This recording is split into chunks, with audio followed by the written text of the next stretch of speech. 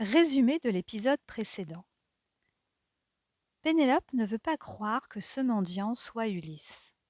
Non seulement elle hésite à le reconnaître, mais elle se persuade d'une manipulation. Elle vient d'avoir une idée pour le démasquer. 92e épisode où deux moitiés d'orange se réunissent. Étranger, qui que tu sois, prends place à la table de ce banquet, dit Pénélope. Je vais me préparer et je vous rejoins. Et sans plus attendre, elle tourne les talons et disparaît dans l'escalier. La déception d'Ulysse devant la froideur de Pénélope est grande, mais il est admiratif de sa retenue. Non, cette femme si intelligente n'est pas prête à se laisser abuser. L'homme qu'elle attend, c'est lui, et lui seul. Elle finira bien par me reconnaître, se dit-il en allant lui aussi se préparer. Pendant qu'on lave Ulysse et qu'on le revêt d'habits royaux, Pénélope regagne sa chambre. Ses yeux se posent sur le métier à tisser, sur la toile inachevée, et enfin un sourire naît sur ses lèvres.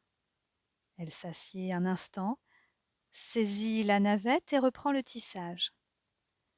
Le geste régulier et vif la pénètre tout entière. Cette fois, elle le sait.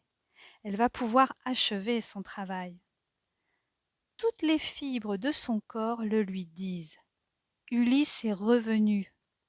Ses cheveux ont blanchi, mais c'est lui, l'homme de sa vie, qui vient d'entrer dans sa maison. Une servante lui apporte une cruche d'eau. Pénélope se penche, aperçoit son reflet dans l'eau. Elle se regarde, soudain inquiète, comme si elle se voyait pour la première fois. Me suis-je flétrie? Va-t-il encore m'aimer? Il aura vu tant et tant de choses durant ces années. Il aura rencontré d'autres femmes, j'en suis sûre.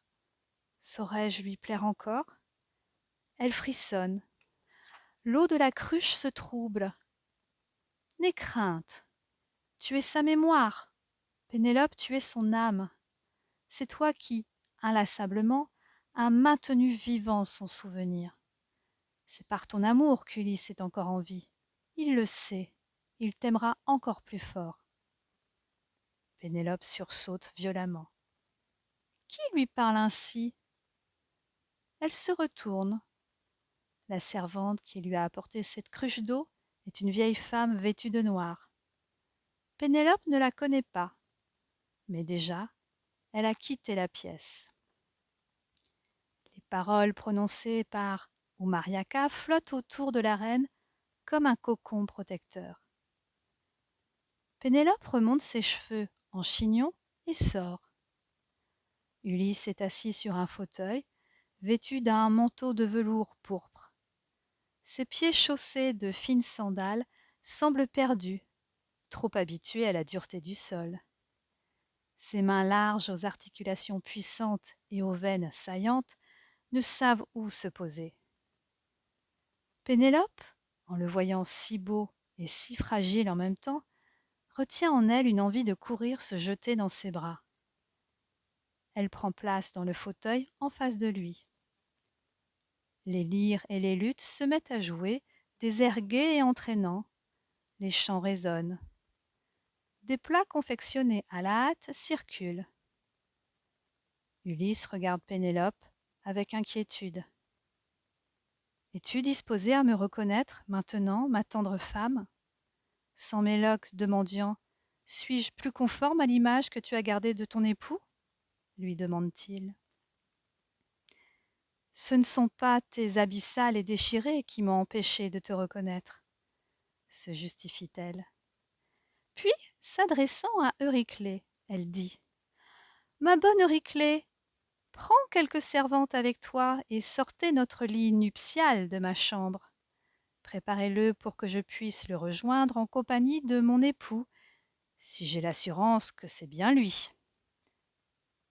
En entendant ces mots, Ulysse bondit. Comment?